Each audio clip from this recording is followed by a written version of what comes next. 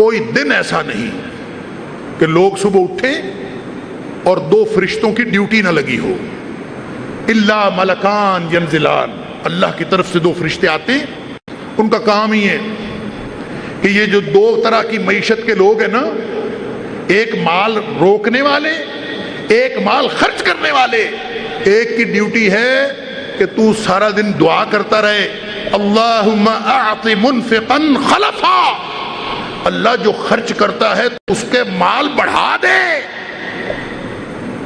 فرشتہ دعا کرتا ہے، ڈیوٹی اس نے لگائی ہے جس کے پاس سارے خزانوں کی چابیاں ہیں، جس کے سارے خزانے ہیں اس نے ڈیوٹی لگائی ہے. وہ آ کے دعا کرتا ہے اللہم اعط منفقا خلفا، اللہ جو خرچ کرتا ہے تو اس کا مال بڑھا دے، اس کی ڈیوٹی ہے. تو اس کا مطلب ہے اس کا مال تو بڑھتا ہی رہتا ہے. دوسرا وہ دعا کرتا ہے اللہم اعط ممسکا تلفا، اللہ جو مال جوڑ جوڑ کے رکھتا ہے، کما کے روک کے رکھتا ہے، دیتا نہیں ہے، خرچ نہیں کرتا، وہ دعا کرتا ہے اللہ اس کے مال کو تباہ و برباد کر دے.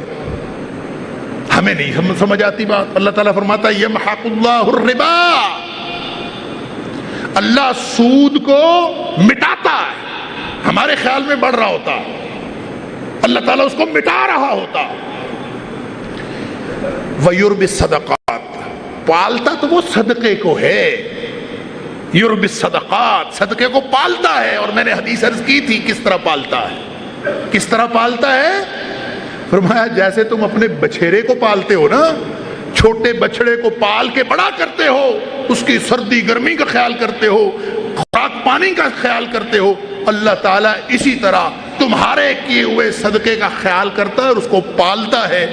اور فرمایا ایک کھجور اگر اللہ کے راستے میں صدقہ کی ہوئی ہو نا، ایک کھجور، اور صدقہ کرتے وقت یہ نام لینا ضروری نہیں ہوتا کہ میں صدقہ کر رہا ہوں، اشتہار لگانا ضروری نہیں ہوتا، دینے والے جس کو دیے جا رہا ہے، دیے جانے والے شخص کو بتانا بھی ضروری نہیں ہوتا کہ یہ صدقہ ہے. صدقہ تو صدقہ ہے. نبی پاک صلی اللہ علیہ وسلم فرمایا جو اپنے اہل و عیال پہ خرچ کرتا ہے اپنی حلال کمائی میں سے، وہ بھی صدقہ ہے. جو رشتہ داروں پہ خرچ کرتا ہے وہ بھی صدقہ ہے. ہر غریب مسکین پہ جو خرچ کرتا ہے وہ صدقہ ہے. البتہ اس میں درجے ہیں کس کو دینے سے، اور سب سے اعلیٰ درجہ پتہ کس کا ہے؟ ان لوگوں کو دینے کا جو بیچارے نہ مانگتے ہیں، نہ عام لوگوں کو پتہ چلتا ہے کہ یہ ضرورت مند ہے. سفید پوش. اللہ تعالیٰ فرماتا ہے للفقراء الذین احصروا فی سبیل اللہ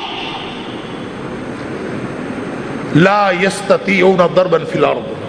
اصل جو ثواب ہوتا ہے صدقہ کرنے کا وہ ان لوگوں کو جو ہیں محتاج، ضرورت مند ہیں، لیکن وہ اپنی کمائی کے لیے ان کا کام ایسا ہے اللہ کے دین کے کام میں لگیں، احصروا فی سبیل اللہ، جہاد پہ لگیں، تبلیغ پہ لگیں، کوئی ایسی دینی ڈیوٹی ہے ان کی، دین کا کام کرتے ہیں، اللہ کے راستے میں رک گئے ہیں، روک دیے گئے. لا یستطیعون ضربا فی الارض، زمین میں گھومنا پھرنا کمائی کرنا اس کا وقت ہی کوئی نہیں ان کے پاس. اللہ. اور ہیں ایسے خوددار سفید پوش، یحسبہم الجاہل اغنیاء من التعفف. ان کی خودداری، ان کی سفید پوشی ایسی ہے کہ جس کو ناواقف آدمی کبھی پہچان نہیں سکتا کہ یہ ضرورت مند ہے، پتہ ہی نہیں چلتا. تعرفہم بسیماہم، اگر تو ان کے ساتھ اٹھتا بیٹھتا ہے، ان کے ساتھ تجھے تعلق خاطر ہے، تو پہچان جاتا ہے کہ اس کی ضرورت تو ہے، ضرورت مند ہے. لا یسألون الناس الحافا، مانگتے بھی نہیں لوگوں سے. اب ایسا شخص ڈھونڈنا کتنا مشکل ہے جس کا پتہ بھی نہ چلے کہ یہ ضرورت مند ہے بھی سفید پوش، خودداری ایسی کسی کو پتہ نہیں چلنا دیتا. اللہ اکبر. فرمایا ایسے لوگوں کو جو ڈھونڈ ڈھانڈ کے دیتا ہے نا، ظاہر ہے کہ ایسا دیا ہوا جو لینے کے لیے اتنا خوددار ہے، اس کو دینے والا کتنے خفیہ طریقے سے دے گا. تو فرمایا پریشان نہیں ہونا, کسی کو بھی دو خفیہ طور پر, کسی کو پتہ نہ چلے, اس شخص کو بھی پتہ نہ چلے جس کو تم نے دیا ہے, تو بھی پریشانی کی بات نہیں ہے. وَمَا تُنْفِقُوا مِنْ خَيْرٍ فَإِنَّ اللَّهَ بِهِ عَلِيمٌ. جتنے بھی خفیہ طریقے کی بندوبست کر کے, پلاننگ کر کے, منصوبہ بندی کر کے تم دو, فَإِنَّ اللَّهَ بِهِ عَلِيمٌ. جس کو دکھانا ہے نا وہ سب جانتا ہے. کسی کو نہیں, کسی نے نہیں دیکھا, کسی کو پتہ نہیں چلا, حتیٰ کہ جس کو دیا اس کو بھی نہیں پتہ چلا. تو کیا فرق پڑتا ہے اس سے؟ آپ نے تو اللہ کے لیے دیا نا. فَإِنَّ اللَّهَ بِهِ عَلِيمٌ. اللہ جانتا ہے اس کو جس نے دیا. اصل صدقہ یہ ہے. فرمایا جو اس طرح اپنے مال خرچ کرتے ہیں اللہ ان کو پالتا ہے, اللہ تعالیٰ ان کو بڑھاتا ہے. يَمْحَقُ اللَّهُ الرِّبَا, سود کو مٹاتا ہے. وَيُرْبِي الصَّدَقَاتِ, صدقات کو اللہ تعالیٰ بڑھاتا ہے, پالتا ہے. اور اتنا پالتا ہے کہ ایک کھجور بھی اگر اللہ کے راستے میں دی ہوئی اپنی پاکیزہ کمائی سے, فرمایا حتی تکون مثل الجبل, وہ بھی اللہ کے ہاں پہاڑ بن جاتی ہے. دی تھی کھجور, قیامت کے دن آدمی حیران رہ جائے گا, اس کو یاد بھی نہیں ہوگا کہ میں نے کب کھجور دی تھی صدقے میں, یا کھجور جتنا اس کے برابر کوئی چیز, معمولی چیز, لیکن اللہ کے ہاں اتنا بڑا اجر. وَمَا تُقَدِّمُوا لِأَنفُسِكُم مِّن خَيْرٍ تَجِدُوهُ عِندَ اللَّهِ هُوَ خَيْرًا وَأَعْظَمَ أَجْرًا. جو کچھ بھی تم آگے بھیجو گے نا, جمع کراؤ گے اکاؤنٹ بیلنس میں, تو وہ قیامت کے دن اتنا بڑا اجر ملے گا اس سے بہتر جو دنیا میں آدمی کماتا ہے. اللہ اکبر. اللہ تعالیٰ اس کو پالتا. لہذا اس دو طرح کے نظام ہائے معیشت میں اسلام مسلمانوں سے, مومنوں سے یہ چاہتا ہے بس خرچ کرتے رہے. اللہ تعالیٰ فرماتے ہیں, اللہ کے رسول صلی اللہ علیہ وسلم نے فرمایا, بخاری مسلم کی حدیث, حضرت عبداللہ بن عمر رضی اللہ تعالیٰ راوی, فرمایا دو ہی تو بندے ہیں جن پر رشک کرنا چاہیے. دو ہی تو بندے ہیں جن پر رشک کرنا چاہیے اور ان جیسا بننے کی کوشش کرنی چاہیے. فرمایا لا حسد الا فی اثنتین. دو ہی تو بندے ہیں جن پر رشک کرو, اور رشک کا معنی یہ ہوتا ہے ان جیسا بننے کی کوشش کرو. حسد اور رشک, اس میں یہی فرق ہے کہ حسد کے اندر جذبہ یہ کار فرما ہوتا ہے کہ یہ جو نعمت اس کو ملی ہے نا, اس میں بھی آدمی فیسینیٹ ہوتا ہے, اس میں بھی آدمی کو پتا چلتا ہے کہ اس کے پاس بڑی نعمت ہے, آدمی اس سے متاثر ہوتا ہے. لیکن متاثر ہو کر اس کے ذہن میں یہ بات پیدا ہوتی ہے کہ کاش اس کی یہ نعمت چھن جائے, یہ بھی میرے جیسا ہو جائے. یہ حسد ہے, اور یہ نیکیوں کو یوں کھا جاتا ہے جیسے ایندھن لکڑیوں کو کھا جاتا. اس کی بجائے پازیٹو حسد, رشک جس کو کہتے ہیں, وہ یہ ہے کہ جس کو دیکھا, نیکی دیکھی, اچھائی دیکھی, دل میں جذبہ پیدا ہوا اللہ مجھے بھی ویسا بنا دے, کاش میں بھی ویسا بن جاؤں. نبی پاک صلی اللہ علیہ وسلم فرماتے ہیں کہ دو ہی بندے ہیں جو قابل رشک ہیں. اللہ حسد الا اثنتین. کون کون؟ فرمایا ایک وہ آتا اللہ القرآن, جس کو اللہ نے قرآن عطا فرمایا ہے, جس کو قرآن ملا, فَهُوَ يَقُومُ بِهِ آنَاءَ اللَّيْلِ وَآنَاءَ النَّهَارِ. اب وہ دن رات قرآن کے ساتھ زندگی گزار رہا ہے, قرآن پڑھتا ہے, قرآن پڑھاتا ہے, قرآن سنتا ہے, قرآن سناتا ہے, اور پوری زندگی قرآن کے مطابق بنائے ہوئے ہے. فَهُوَ يَقُومُ بِهِ آنَاءَ اللَّيْلِ وَآنَاءَ النَّهَارِ.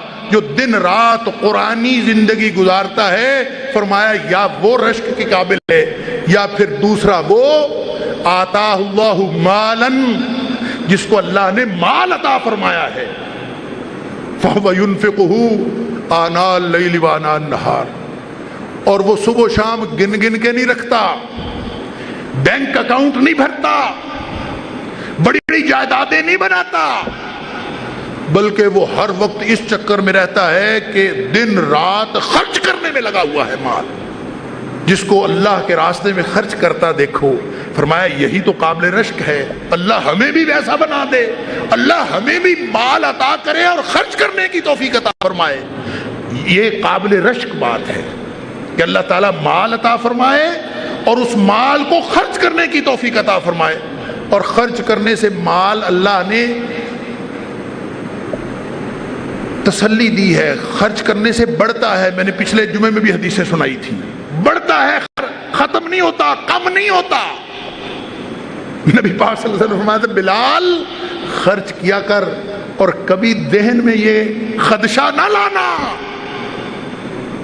کہ اس میں کمی ہوگی۔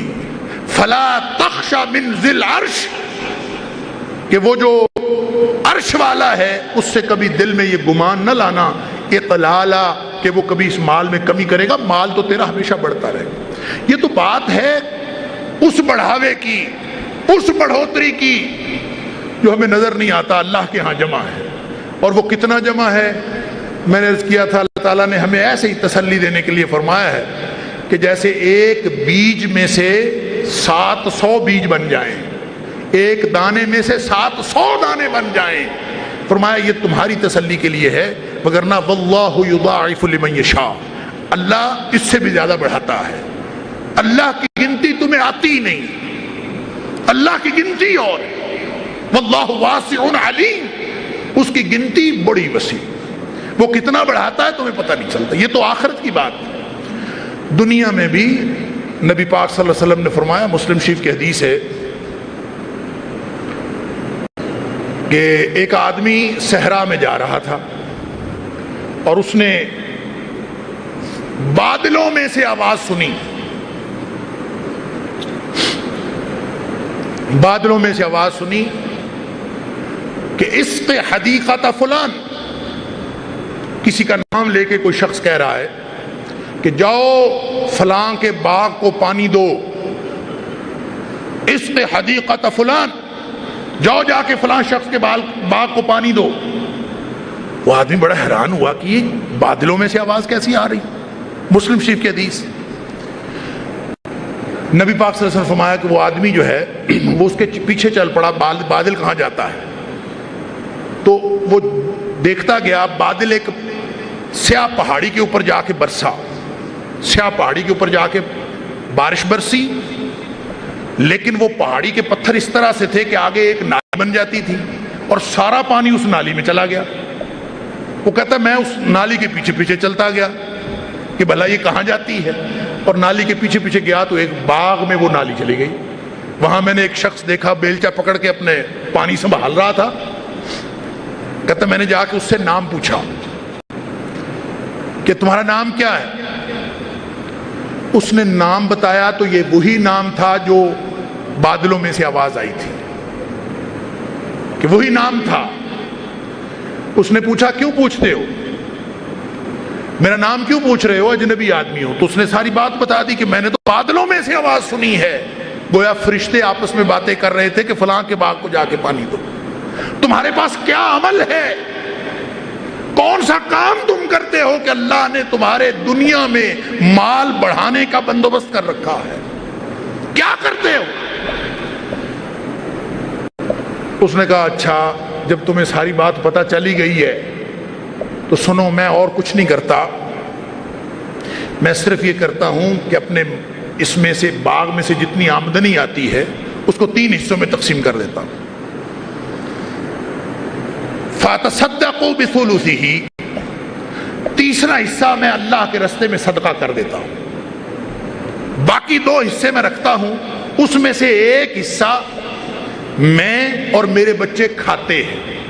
آکلُ انا وعیالی ثلثاً، میں اور میرے بچے تیسرا حصہ ہم اپنے خرچے کے لیے رکھ لیتے ہیں، اور باقی تیسرا حصہ فَأَرُدُّ فِيهَا بِثُلُثِهِ، باقی تیسرا حصہ میں اسی باغ کے اوپر خرچ کر دیتا ہوں تاکہ آگے آمدنی بڑھے۔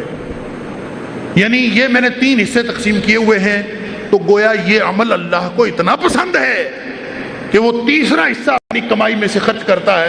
اللہ تعالیٰ نے جو آخرت میں اس کے لیے اجر رکھا ہے، فَلَهُمْ أَجْرُهُمْ عِنْدَ رَبِّهِمْ، وہ تو محفوظ ہے اپنے جگہ، دنیا میں بھی اللہ نے اس کا ایسا سرکل چلا دیا ہے کہ اس کے باغ کو پانی لگانا اللہ کی ذمہ داری ہے، اس کے باغ کو پانی دینا اس کی ذمہ داری ہے۔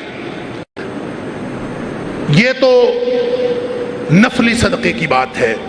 نبی پاک صلی اللہ علیہ وسلم ہمیشہ ہی صدقہ فرماتے تھے اور ہمیشہ ہی صدقے کی ترغیب دیتے رہتے تھے، لیکن جب رمضان آتا تھا نا تو نبی پاک صلی اللہ علیہ وسلم، حدیث میں آتا ہے کہ یوں تیزی سے صدقہ کرتے تھے، اتنی شدت آتی نبی پاک صلی اللہ علیہ وسلم کے صدقہ خیرات کرنے میں، فرمایا کان رسول اللہ صلی اللہ علیہ وسلم اجود بالریح المرسلہ، تیز آندھی، جیسے تیز آندھی ادھر آئی اور ادھر چلی گئی، فرمایا نبی پاک صلی اللہ علیہ وسلم تیز آندھی سے بھی زیادہ سخاوت کرتے تھے رمضان کے اندر۔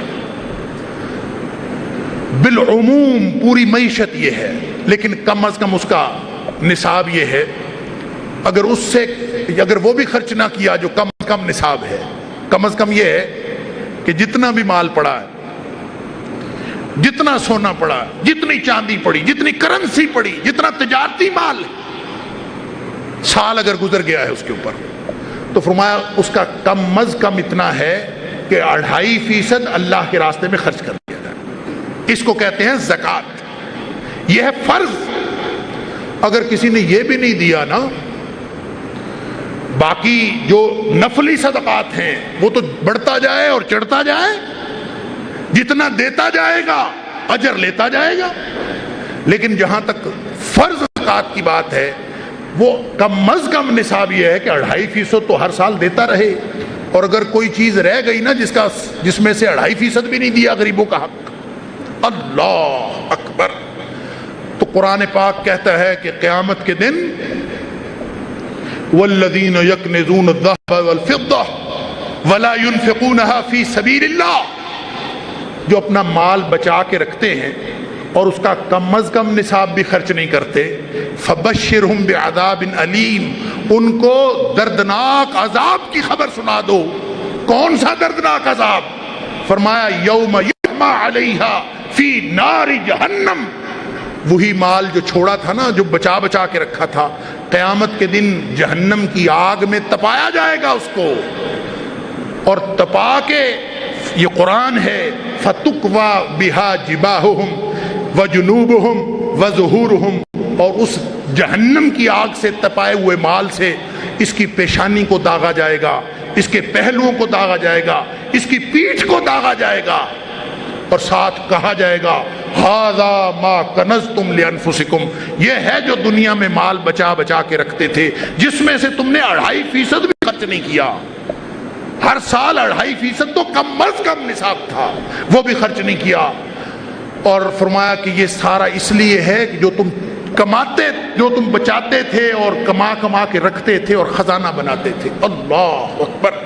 اور مسلم شریف کی حدیث ہے کہ نبی پاک صلی اللہ علیہ وسلم نے فرمایا کہ جس شخص کو اللہ نے مال عطا فرمایا اور اس نے اس میں سے زکوٰۃ بھی خرچ نہیں کی، چاہیے تو تھا، مومن تو ہوتے ہی وہ ہے نا کہ فی اموالہم حق معلوم للسائل والمحروم، مومن تو وہ ہوتے ہیں جو اپنے مال کو اپنا مال نہیں کہتے، بلکہ اس میں سے غریبوں مسکینوں کا حصہ رکھتے ہیں کہ یہ غریبوں مسکینوں کا حصہ للسائل والمحروم۔ لیکن جس شخص کو اللہ تعالیٰ نے مال عطا فرمایا اور اس نے غریبوں مسکینوں کا حصہ نہیں رکھا، من آتاہ اللہ مالا فلم یؤدی زکاتہ، جس کو اللہ تعالیٰ نے سب کچھ عطا فرمایا اس نے اس میں سے زکوٰۃ بھی خرچ نہیں کی، زکوٰۃ بھی ادا نہیں کی، تو نبی پاک صلی اللہ علیہ وسلم فرمایا قیامت کے دن اس کا وہ جو مال ہے اس کو ایک اژدہا بنا دیا جائے گا، ایک گنجے سانپ کی شکل دے دی جائے گی، مثل لہ یوم القیامت شجاعا اقرع لہ زبیبتان، بڑی بڑی اس کی 2 آنکھیں ہوں گی، بڑا سارا اژدہا ہوگا، بڑا سارا سانپ ہوگا، یطوقہ یوم القیامہ، فرمایا قیامت کے دن اس کے گلے کا طوق بن جائے گا وہ سانپ اور اژدہا، اور پھر اس کے جبڑے کو پکڑے گا اور جبڑے کو پکڑ کے یوں کھینچ کے بتائے گا اس کو انا مالکا وانا کنزکا، میں ہوں تیرا مال جو تو مجھے بچا بچا کے رکھتا تھا دنیا میں، میں ہوں تیرا خزانہ جو تو خزانے بینک اکاؤنٹ بھر بھر کے رکھے تھے، میں ہوں وہ جس کو تو نے بچا بچا کے رکھا تھا، آج تو اس کا مزہ چکھو۔ اللہ تعالیٰ ہمیں محفوظ فرمائے۔ رمضان کی آمد ہے، جیب میں کچھ نہیں ہے تو بھی خرچ کرنے کا تہیا کر لے، عطا اس نے فرمانا ہے۔ مما رزقناہم ينفقون، اللہ کا غصہ ٹھنڈا ہوگا، ہماری قبر کی گرمی ٹھنڈی ہوگی، ہمارا اللہ کے ہاں اجر جمع ہو جائے گا، اور اللہ تعالیٰ اس کے ذریعے ہماری دنیا اور آخرت بہترین کر دے گا۔ اللہ سے دعا ہے کہ وہ ہمیں سمجھنے